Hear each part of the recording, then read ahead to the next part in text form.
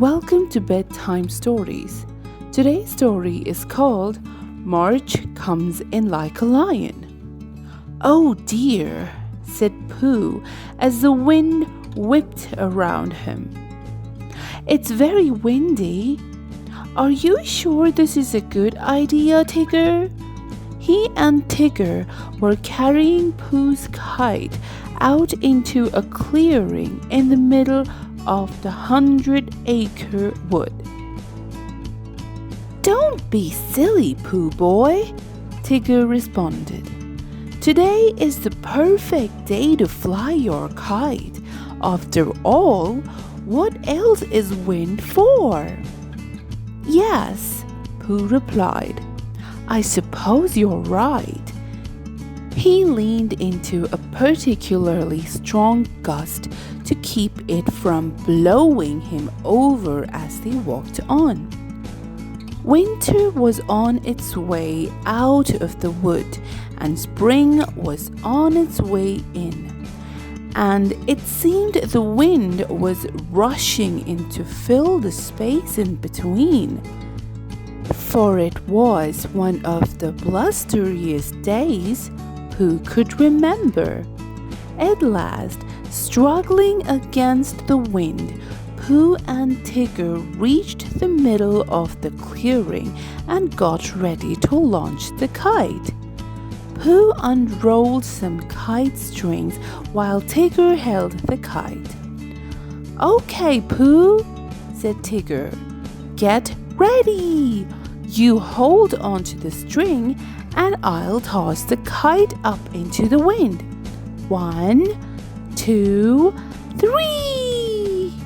With that, Tigger tossed the kite and it was immediately seized by the strong wind and carried high into the air, where it danced and darted this way and that.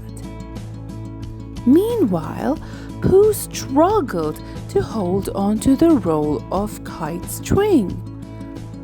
"Let out some more string, Pooh," Tigger suggested. "Let's see how high we can fly it."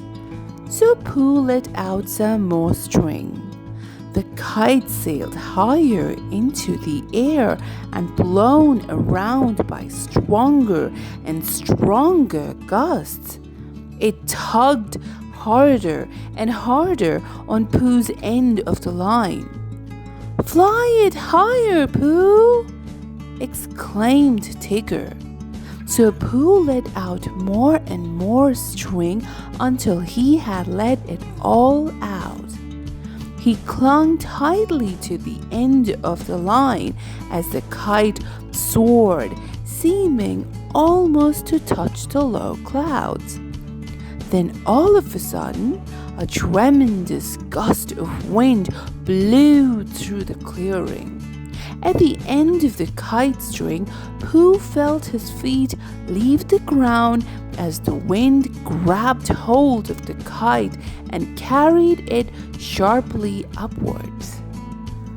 "My goodness," said Pooh, realizing that he was being lifted up. Then, before he could be carried too high, he let go of the kite string and tumbled gently to the ground.